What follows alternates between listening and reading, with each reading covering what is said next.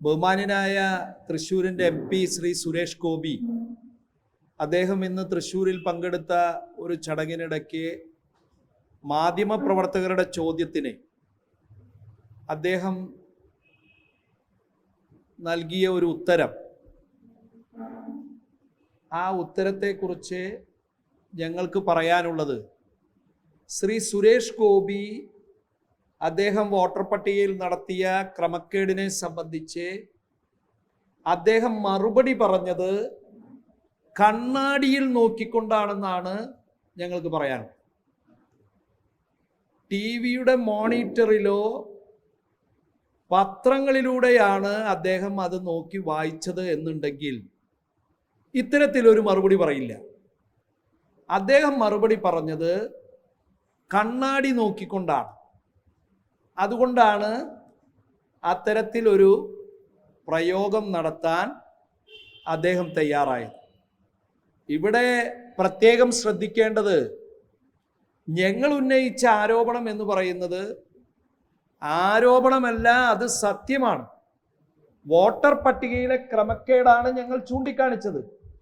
Election commission പുറത്തുവിട്ട ആ പട്ടികയിൽ അതിൽ ശ്രീ സുരേഷ് ഗോപിയും അദ്ദേഹത്തിൻ്റെ കുടുംബത്തിനുമുള്ള വോട്ടുകളെ കുറിച്ചാണ് ഞങ്ങൾ പറഞ്ഞത്. തെരഞ്ഞെടുപ്പിന് മുൻപ് ഇവിടെ വീട് എടുക്കുന്നു, അവിടെ താമസിച്ചു എന്ന് കാണിക്കുന്നു, അവിടെ വോട്ട് ചേർക്കുന്നു, വിജയിക്കുന്നു, MP ആകുന്നു, കേന്ദ്രമന്ത്രിയാകുന്നു, അദ്ദേഹവും അദ്ദേഹത്തിൻ്റെ കുടുംബവും അനിയൻ്റെ കുടുംബവും ഇവിടെ നിന്ന് പോകുന്നു. ബഹുമാന്യനായ രാഹുൽ ഗാന്ധി ഉന്നയിച്ചത് ഇത് തന്നെയാണ്. ഈ നിയോജക മണ്ഡലത്തിൽ നിന്നും പുറത്തുള്ളവർ ഇവിടെ ഒഴിഞ്ഞു കിടക്കുന്ന ഫ്ലാറ്റുകളിലും വീടുകളിലും ക്രമരഹിതമായി അല്ലെങ്കിൽ നീതിക്ക് നിരക്കാത്ത രീതിയിൽ വോട്ട് ചേർക്കുന്നു എന്നാണ് അദ്ദേഹം പറഞ്ഞത്. അതിനെ ശരിവെക്കുന്ന കാര്യങ്ങളാണ്, വോട്ടർ പട്ടികയിലെ കാര്യങ്ങളാണ് ഞങ്ങൾ പറഞ്ഞത്. അതിനെതിരെയാണ് ശ്രീ സുരേഷ് ഗോപി പറഞ്ഞത്. അദ്ദേഹം വാ തുറന്നിരുന്നില്ല എത്ര ദിവസം, ഇപ്പൊ വാ തുറന്നത് ഇത്തരത്തിൽ തൃശ്ശൂരിലെ ജനങ്ങളെ അപമാനിക്കുന്ന തരത്തിലായത് വളരെ ഖേദകരമാണ്. പിന്നെ അദ്ദേഹം ഈ പറയുന്ന സംസ്കാരം, അദ്ദേഹം ഇതൊക്കെ ഉപയോഗിക്കുന്നത് അദ്ദേഹത്തിൻ്റെ സംസ്കാരമാണ്. അതേ രീതിയിൽ മറുപടി പറയാൻ കോൺഗ്രസ്സുകാരായ ഞങ്ങളെ ആ സംസ്കാരം അനുവദിക്കുന്നില്ല. ഞങ്ങളുടെ സംസ്കാരം എന്ന് പറയുന്നത് എല്ലാവരെയും ബഹുമാനിക്കുന്ന സംസ്കാരമാണ്, അധിക്ഷേപിക്കാത്ത സംസ്കാരമാണ്, പരിഹസിക്കാത്ത സംസ്കാരമാണ്. ഇത് അതിൽ നിന്ന് വ്യത്യസ്തമായി അദ്ദേഹം ചെയ്തത് അദ്ദേഹത്തിൻ്റെ സംസ്കാരമാണ്. പിന്നീട് അദ്ദേഹം പറയുന്നത് വോട്ടർ പട്ടികയിലെ ക്രമക്കേട്, ഞാനിവിടെ ജയിച്ചു, ഞാൻ മന്ത്രിയായി, എൻ്റെ ഉത്തരവാദിത്വം തീർന്നു എന്നാണ് പറയുന്നത്.